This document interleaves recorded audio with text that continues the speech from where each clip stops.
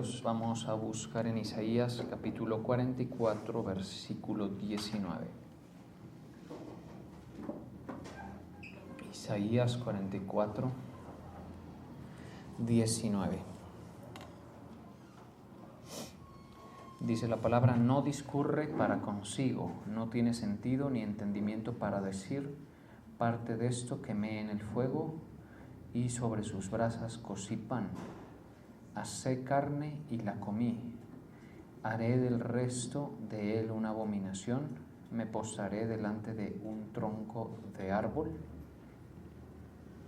Señor, te damos gracias en esta noche, nos humillamos delante de ti, Señor. Hoy te pedimos que tú nos ministres tu palabra, que te glorifiques, Señor. Hoy honramos tu autoridad, Señor.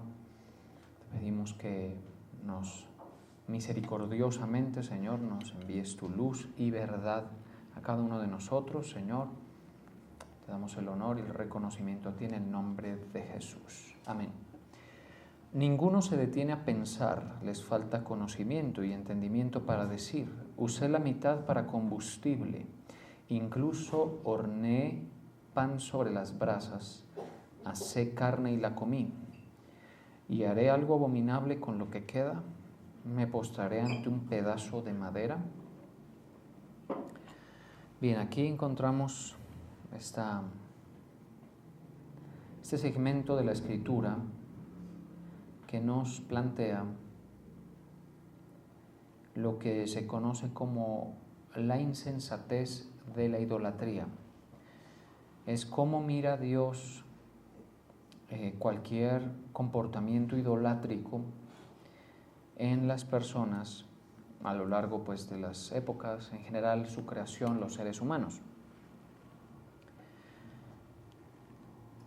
De los versos de la Biblia que hablan de la idolatría, pues hay muchos que muestran que Dios reprocha esa conducta y es uno de los pecados más ofensivos para Él, ¿no? Digamos, en la escala de agresiones que uno puede hacer a la ley moral de Dios, en la escala de maldad podemos también plantear, está, según las Escrituras, entendido que la idolatría pues, es una de las más atrevidas y más fuertes de sus comportamientos, más impíos, también podríamos decir más faltos de temor de Dios, ¿sí? En general esas son como las descripciones que podemos dar. Es un pecado que está por fuera de las situaciones de los apetitos carnales, por ejemplo. Entonces es muy complejo. No es algo tan sencillo como los pecados, por ejemplo, que en nosotros están presentes, que obedecen al egoísmo u obedecen, por ejemplo, a los deseos sexuales o a la búsqueda de placeres, sino que es complejísimo porque es algo que obedece a una necesidad espiritual. O sea, la idolatría es un pecado que encuentra su forma de elaborarse, digámoslo así, a partir de la necesidad espiritual del ser humano. La necesidad espiritual del ser humano que el propio ser humano no ha discernido ni pues entiende del todo, pero que está allí. Esa necesidad espiritual que hace que la persona reclame en la vida algunos aspectos más allá de los materiales. Una de las cosas que se suele reclamar es el significado de la vida, ¿sí? O sea, el ser humano busca en su existencia el significado. Y eso obedece a la necesidad espiritual. Pues si no fuera así,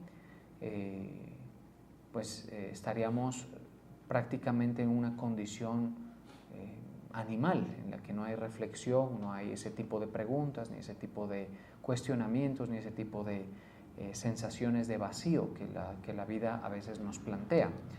Ya luego, pues con el significado ya vienen otras cosas, es decir, el significado es quién soy, para dónde voy, ¿sí? ¿Qué relevancia tiene mi vida? ¿Qué relevancia tiene esta situación que está delante de mis ojos, que es la vida misma, desplegándose ante mí en mi vida? Y yo observo los afanes que se hacen bajo el sol, observo las luchas, las batallas internas que yo tengo, observo la injusticia, por ejemplo, observo lo bonito de la vida también, que tiene sus cosas bonitas, y entonces comienza esa situación a inquietar el alma de la persona, y allí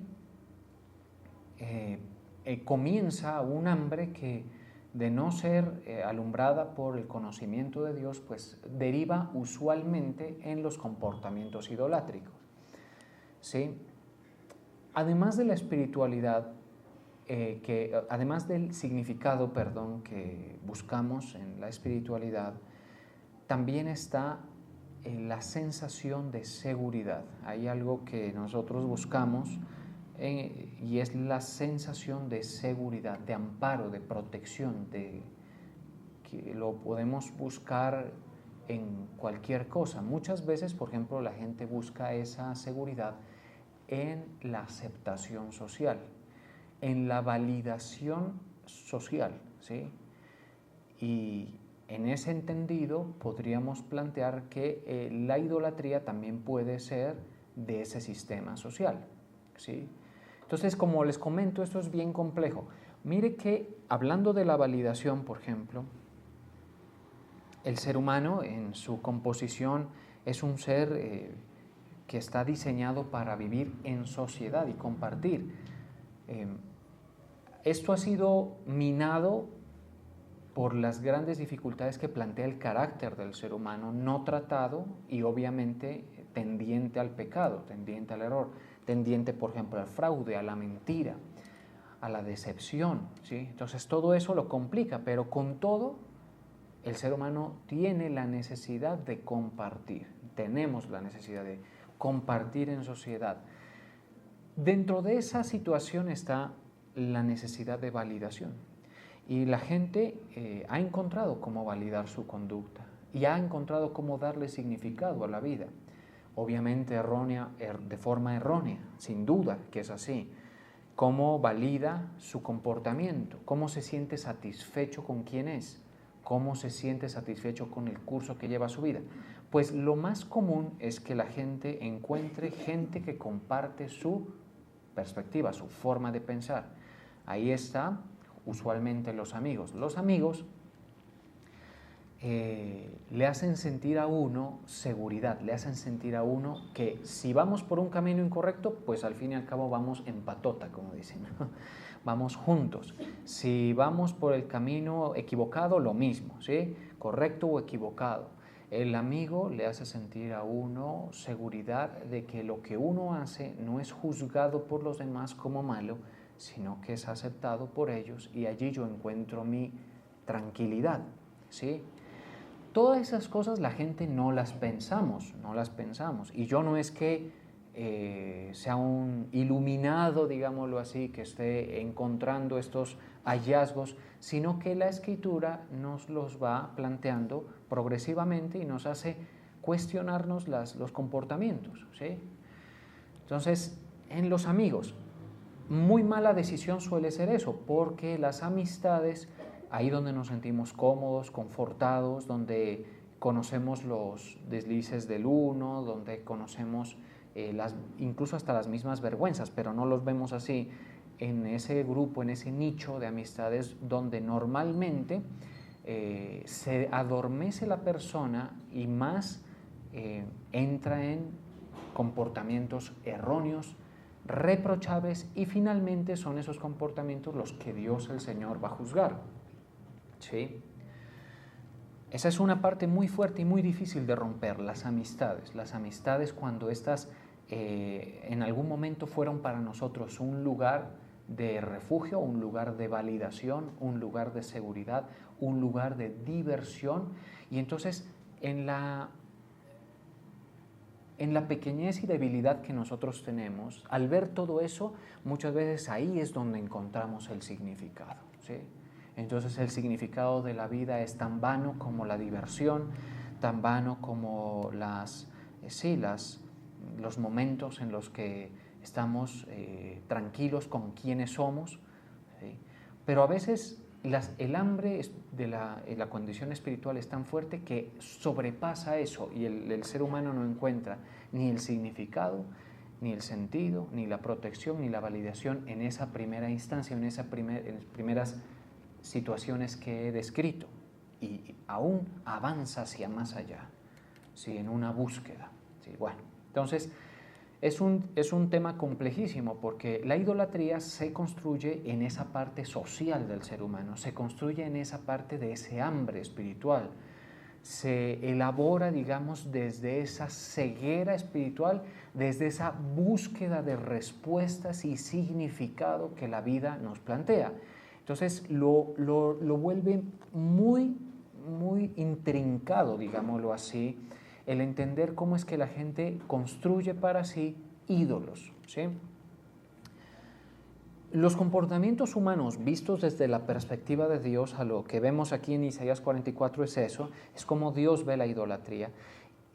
Son en general así, vistos como comportamientos insensatos. ¿Qué podemos decir para facilitarnos el entendimiento ahí, en ese aspecto?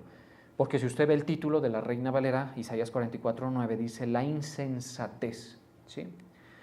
Entonces lo que Dios está ahí mostrándonos es la falta de sentido, razón y justificación en el comportamiento del ser humano.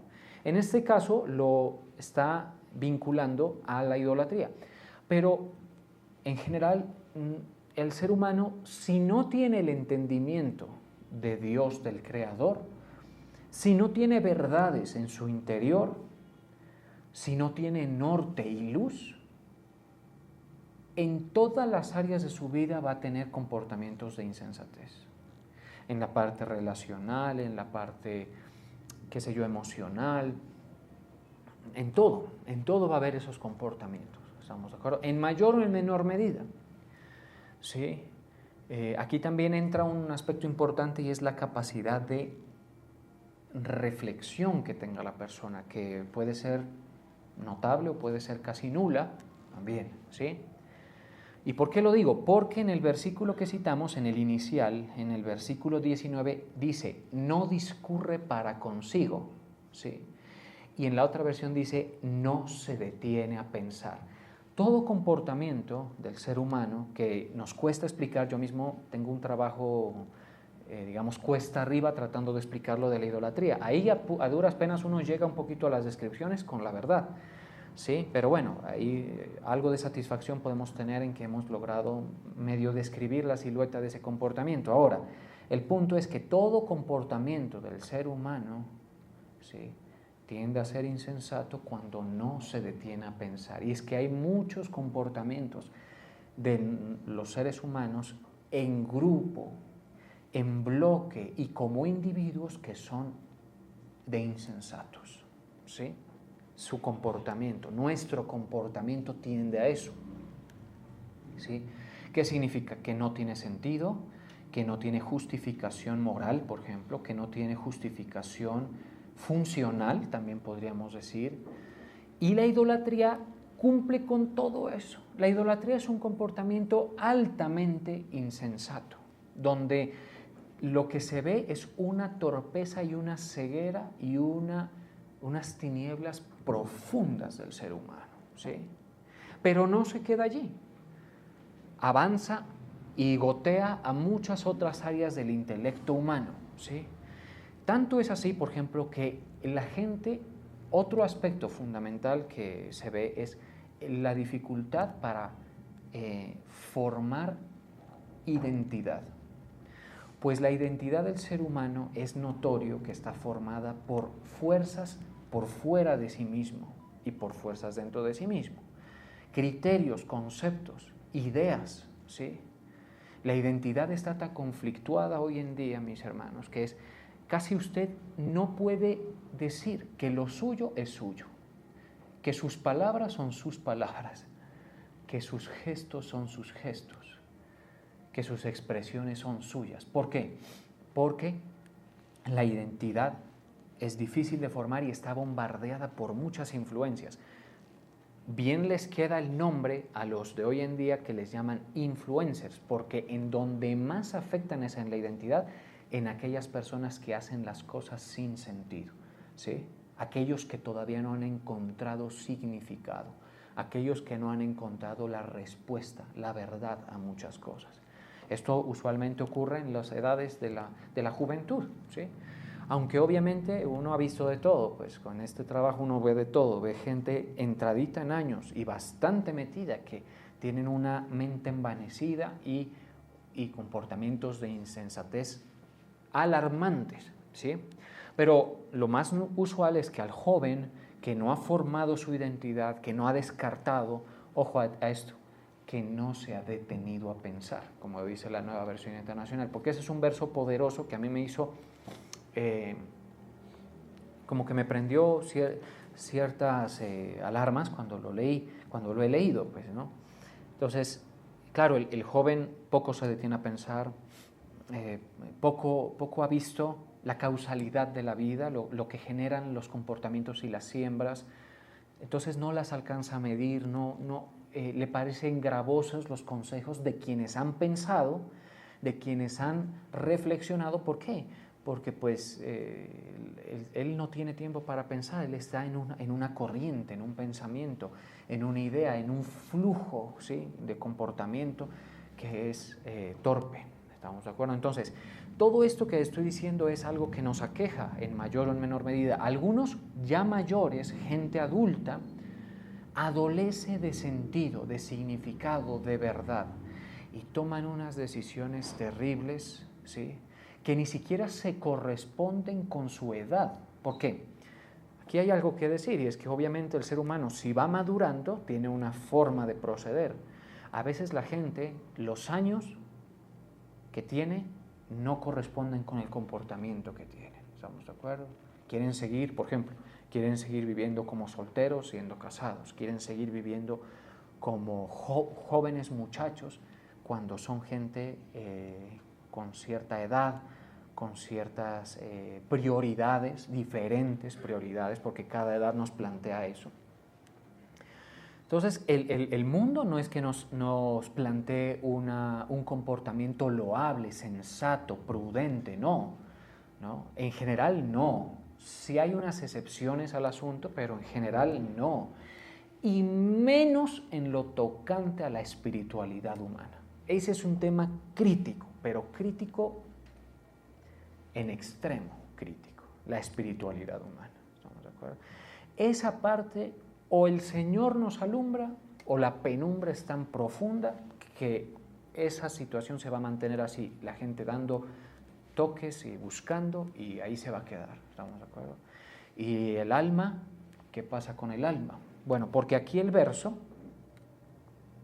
dice algo interesante, ¿no? Si la encuentro aquí, dice,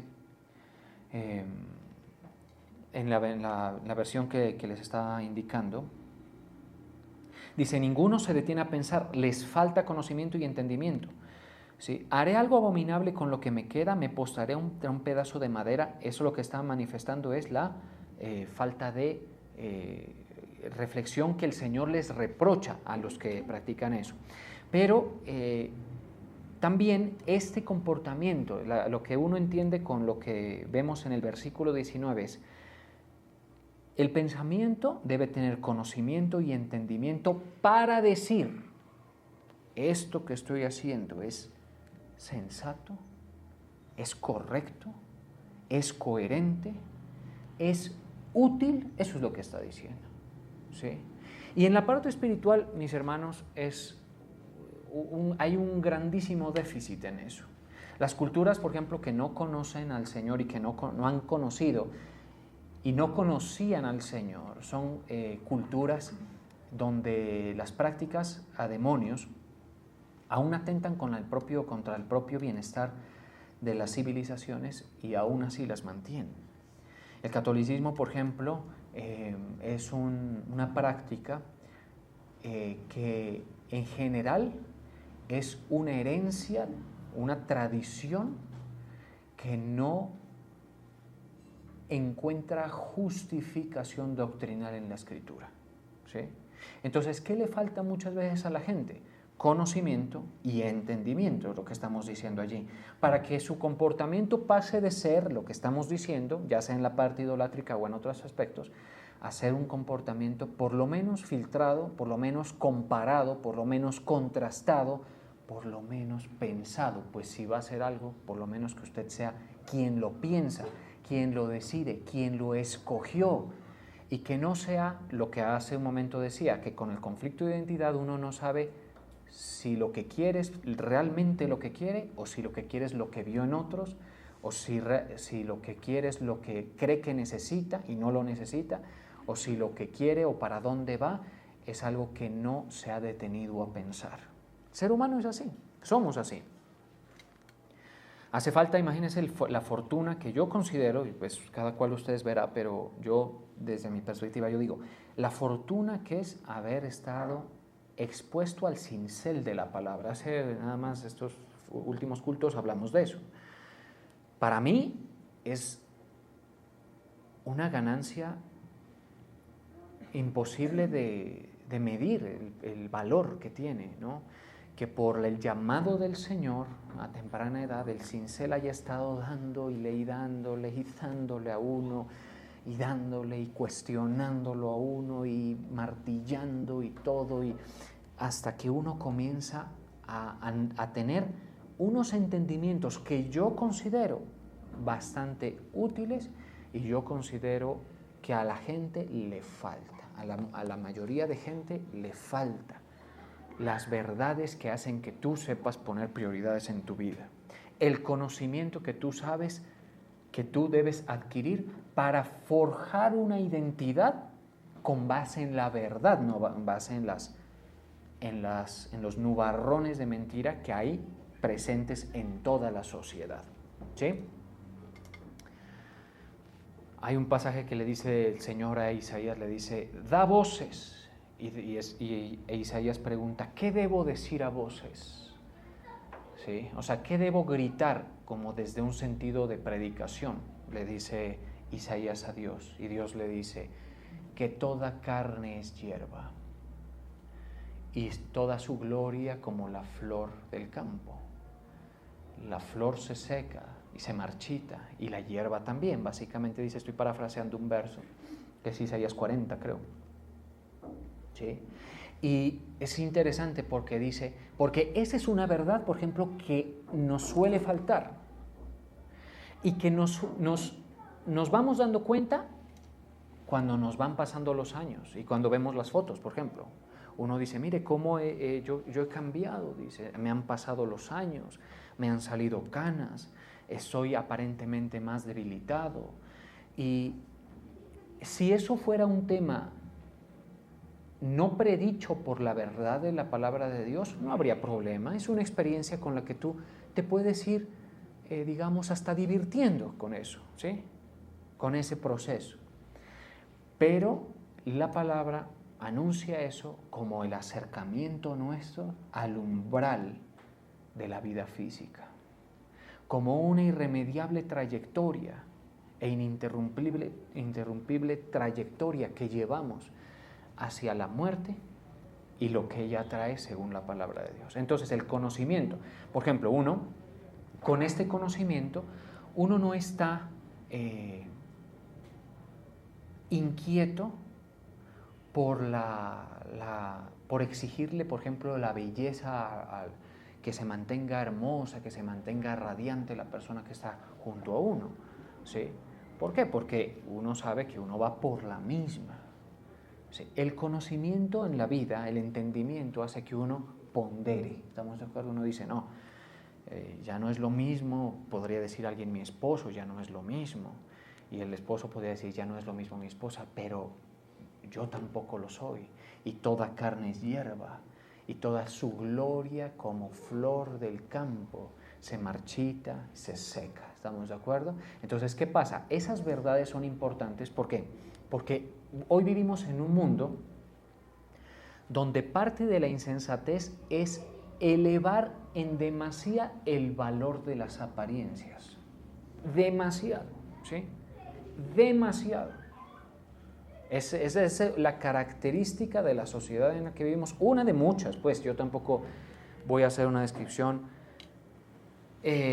tan detallada y menos en tan corto tiempo que dispongo para darles un mensaje, pero es una sociedad donde es especialmente fuerte la atención que se presta a las apariencias. Es tremendo eso, ¿sí? Es demasiado, ¿sí?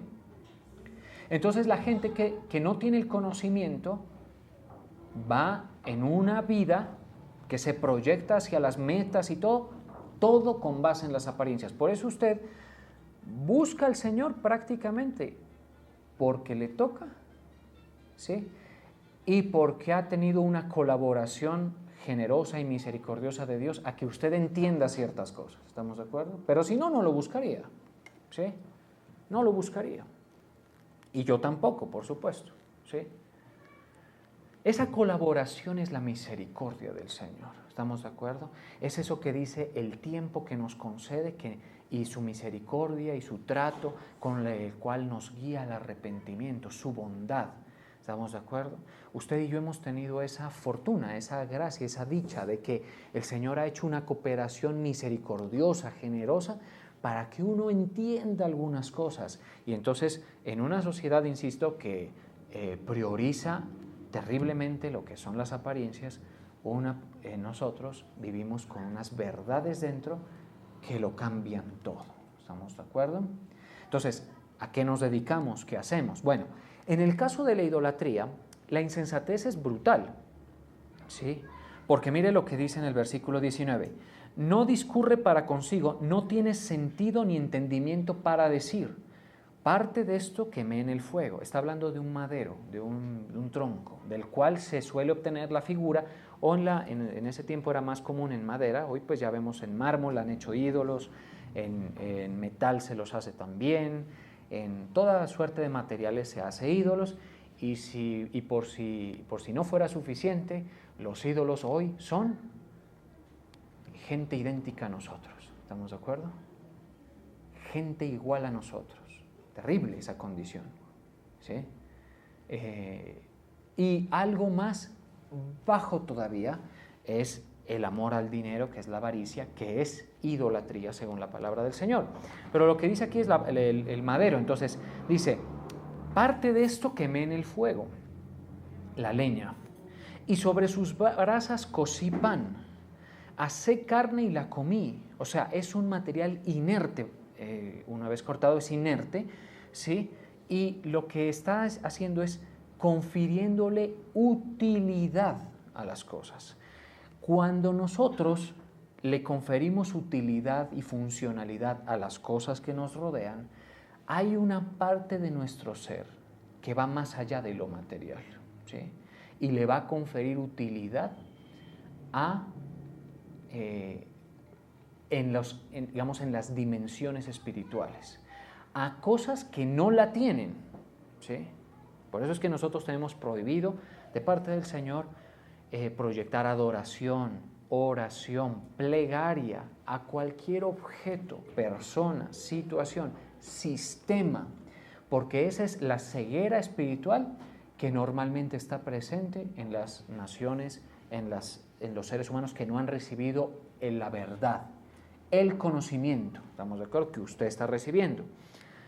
Por lo menos este es un buen punto de partida, algunos de ustedes ya tienen ventaja. Bueno, le está confiriendo utilidad, es decir, ¿qué sacamos de la madera? La leña, ¿sí? Con ella nos calentamos y con ella cocinamos. Dice, sobre sus brasas cocí pan, asé carne y comí. Haré del resto, dice, una abominación. Pero nadie piensa así, sino que en efecto hacen del resto, ¿sí? Y eso está un poco más atrás, en el versículo 16. Vamos a leer un ratico el versículo 16 para ver eso, la insensatez. Mientras el Señor nos habla de esta insensatez, usted puede extrapolar este comportamiento a muchas áreas en las que usted ha puesto confianza, por ejemplo, en amistades, ha puesto confianza en el sistema político, ha puesto confianza en su propia mente. Peligro con eso, porque esa es la religión del ateo, es su mente, ¿sí? Su propio dogma, su propio pensamiento, ¿sí? Con total seguridad nos podemos equivocar. Entonces es muy peligroso. Entonces usted puede llevarlo a todas esas arenas, pero leamos esto. Dice, parte del leño quema en el fuego, con parte de él come carne, prepara un asado y se sacia después de caliente y dice, oh, me he calentado, he visto el fuego. Y hace del sobrante un dios.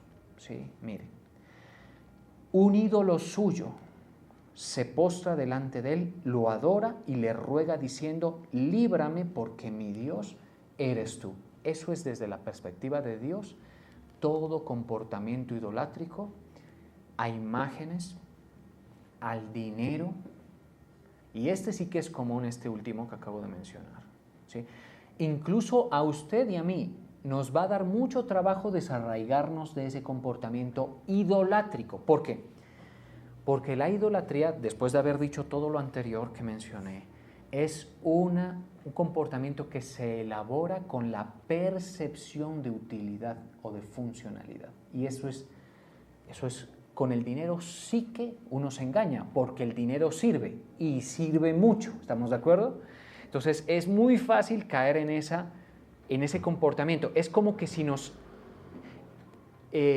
si hiciéramos un atajo a caer en esa conducta, porque si hay algo que sirve, es el dinero, ¿estamos de acuerdo? Entonces es muy común que la gente, después de haber visto la función, la utilidad, entonces construya para sí ese comportamiento, o sea, se elabora el comportamiento idolátrico, ¿sí?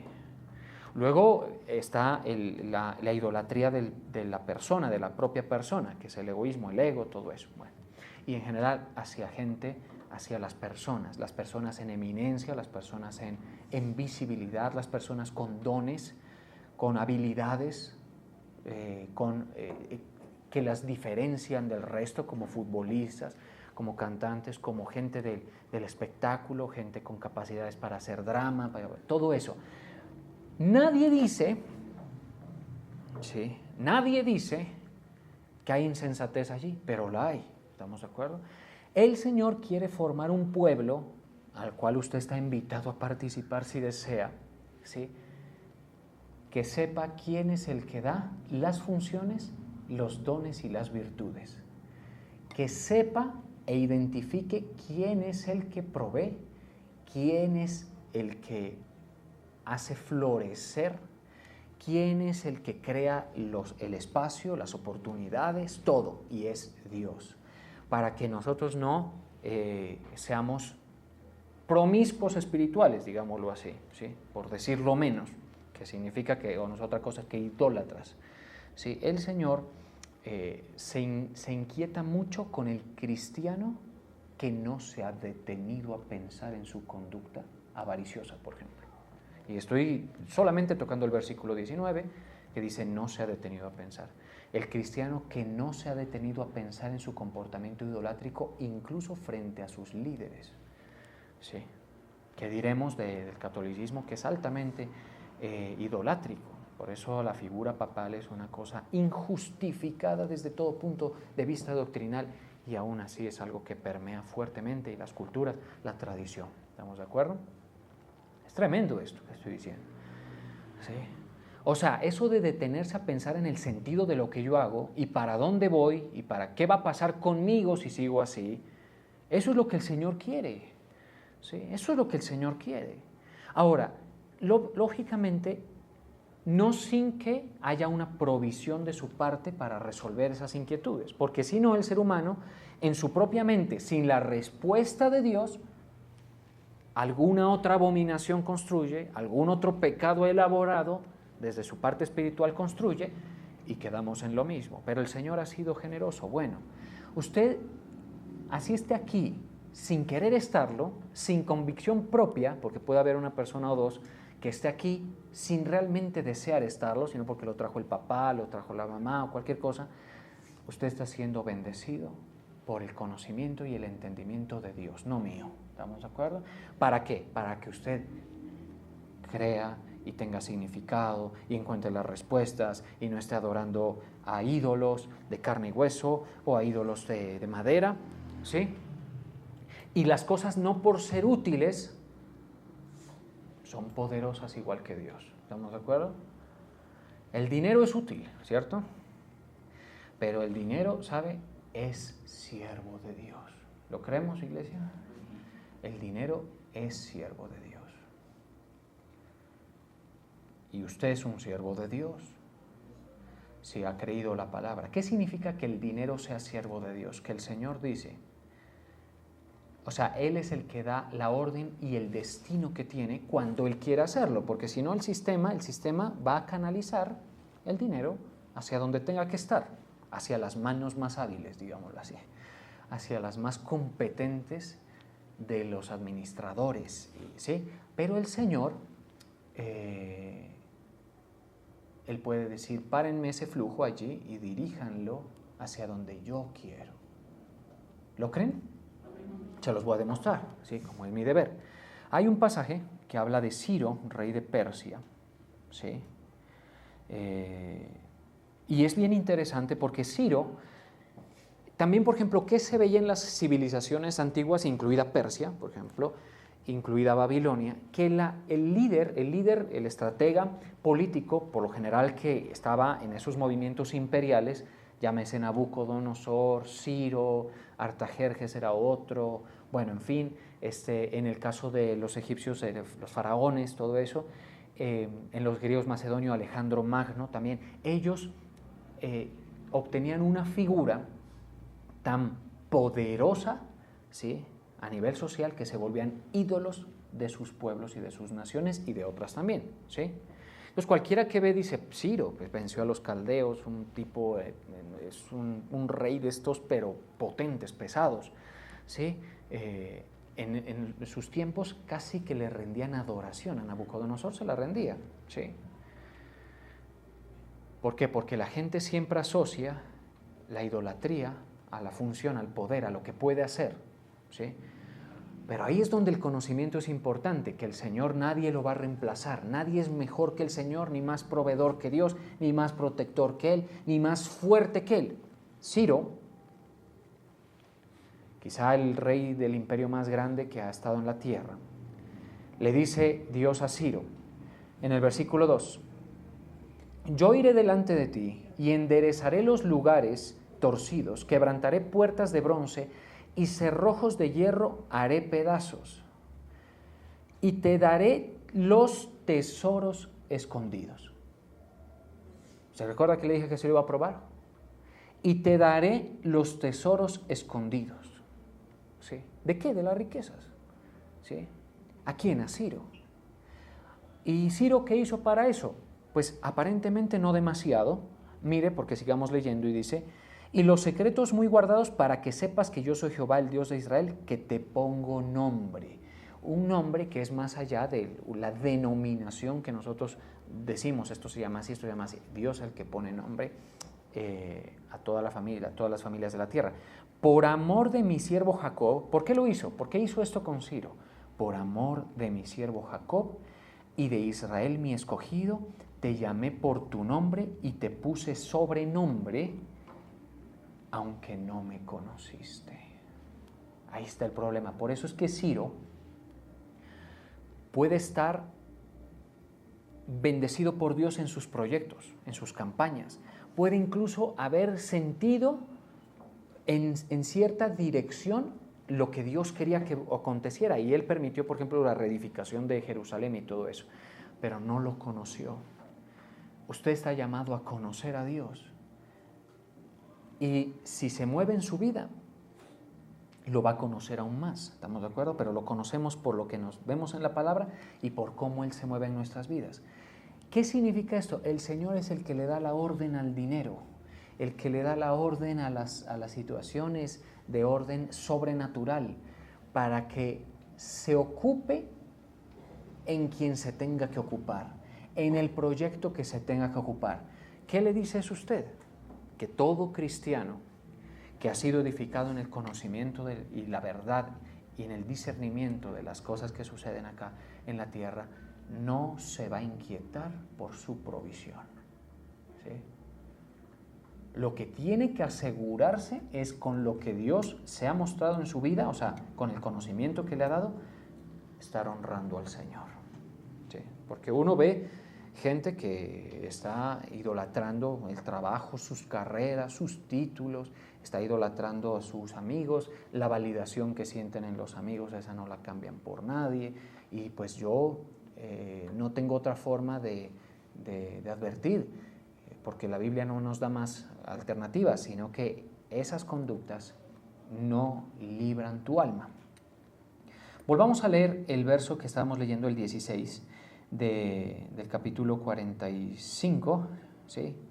Y dice, parte del leño, me calentaré, dice, versículo 17, y hace del sombrante un dios, un ídolo suyo. Se postra delante de él, lo adora y le ruega diciendo, líbrame porque mi Dios eres tú. No saben ni entienden porque cerrados están sus ojos para no ver y su corazón para no entender.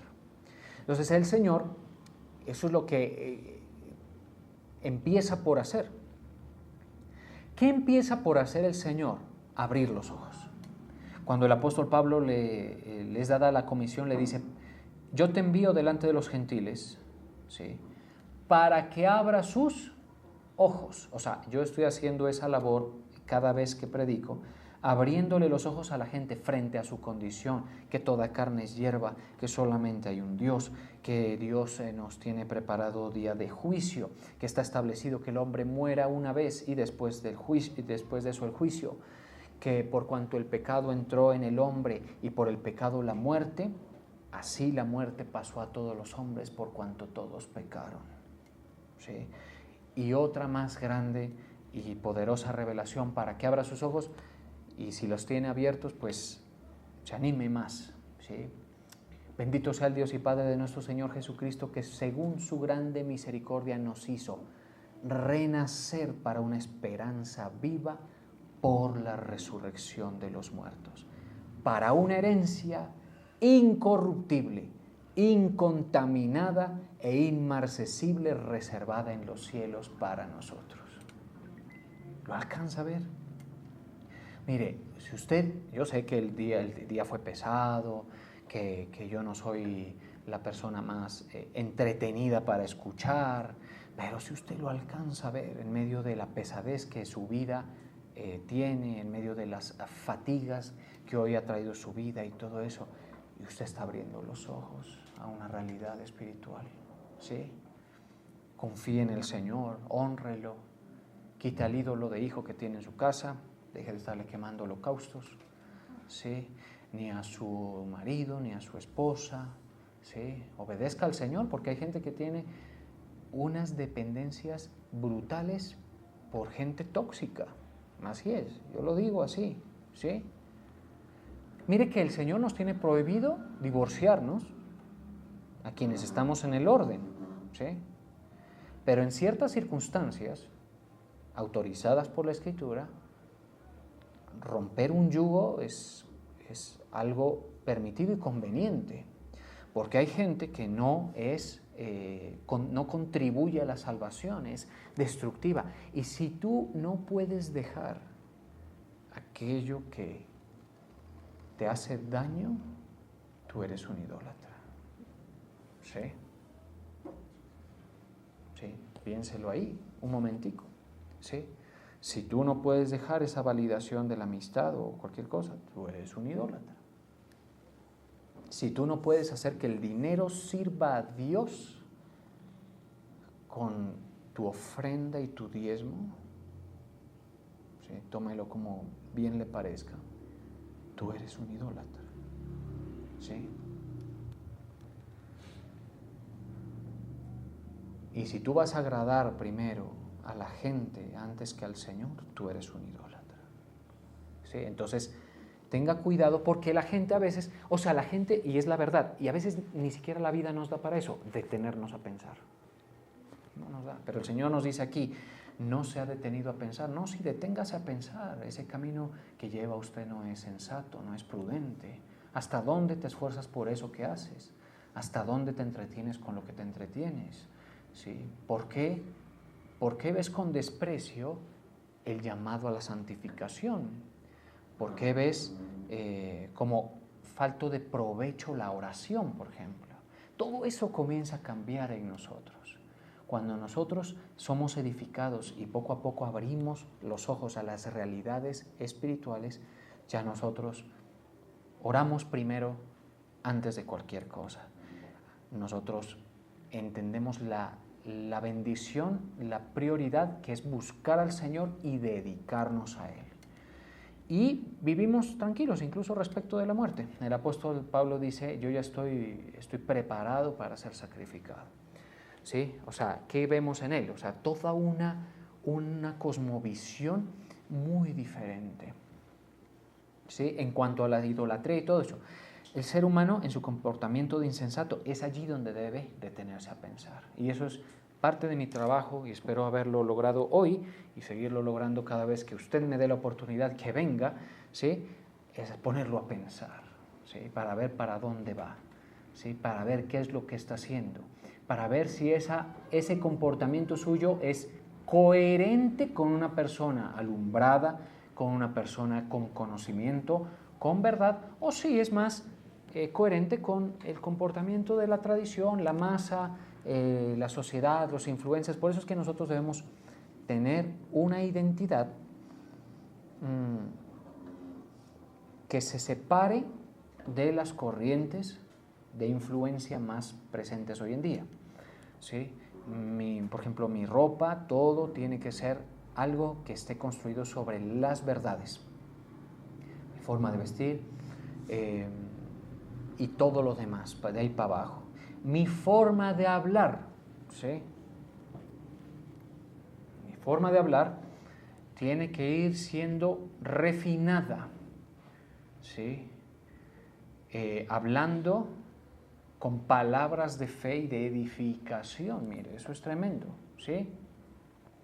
O sea, uno debe tener el gloria a Dios no como